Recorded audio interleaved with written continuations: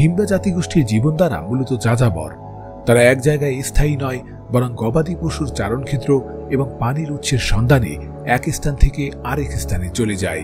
তাদের ঘরবাড়ি অস্থায়ীভাবে তৈরি করা হয় কাঠ, কাদা, শুকনো ঘাস দিয়ে। এগুলো সহজে গুছিয়ে অন্যত্র নিয়ে যাওয়া যায়।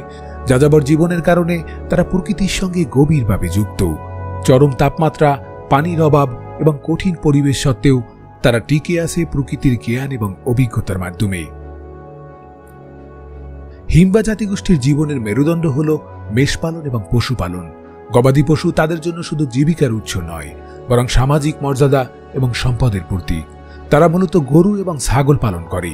গবাদি পশুর দুধ তাদের প্রধান খাদ্য, যা থেকে তারা দই এবং মাখন তৈরি করে। বিভিন্ন আচার অনুষ্ঠানে মাংস খাওয়া হয়।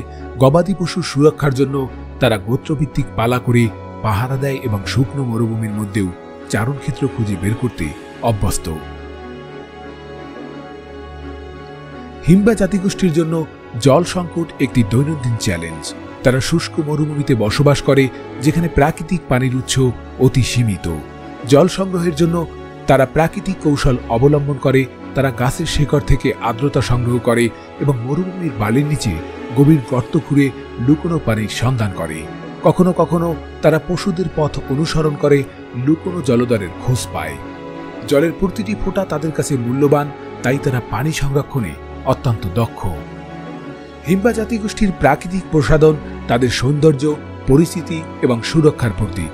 এটি শুধু সাজসজ্জা নয়, বরং কঠোর পরিবেশে বেঁচে থাকার অন্যতম মাধ্যম। তারা লাল মাটি, পশুর চর্বি এবং স্থানীয় গাছের নির্যাস ব্যবহার করে প্রসাধনী তৈরি করে।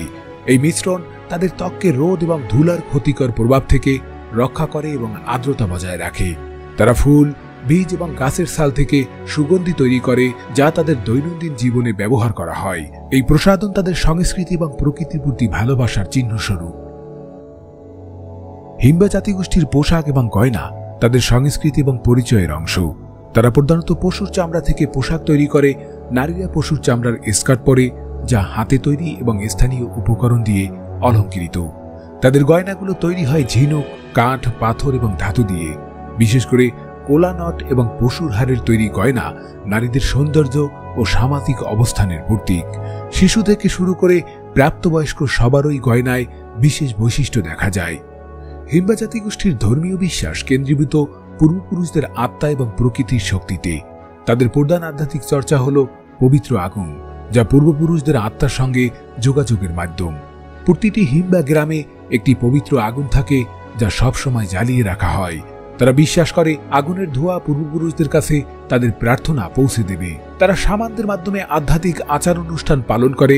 বিশেষ দিনগুলোতে নাচ, গান এবং আগুনের চারপাশে মন্ত্রপাঠের মাধ্যমে ধর্মীয় আচার সম্পন্ন করে।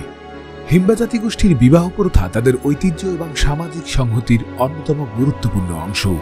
বিয়ের আগে বরকে নিজের দক্ষতা প্রমাণ করতে হয়, সাধারণত একটি বড় শিকার ধরে তা গোত্রের কাছে উৎসর্গ করার মাধ্যমে। কন্যার পরিবার পাত্রের গবাদি পশুর সংখ্যা ও সামাজিক মর্যাদা বিবেচনা করে। বিয়ের দিন গোষ্ঠীর সবাই অংশ নেয়। কনের চুল বিশেষভাবে সাজানো হয় এবং লাল মাটি ও চর্বি মিশ্রিত অর্জিজি দিয়ে সজ্জিত করা হয়। নাচ, গান এবং খাবার ভাগাভাগির মাধ্যমে বিয়ে উদযাপন করা হয়। হিম্বা সমাজ পুরুষ প্রধান, কিন্তু নারীদেরও নির্দিষ্ট মর্যাদা রয়েছে।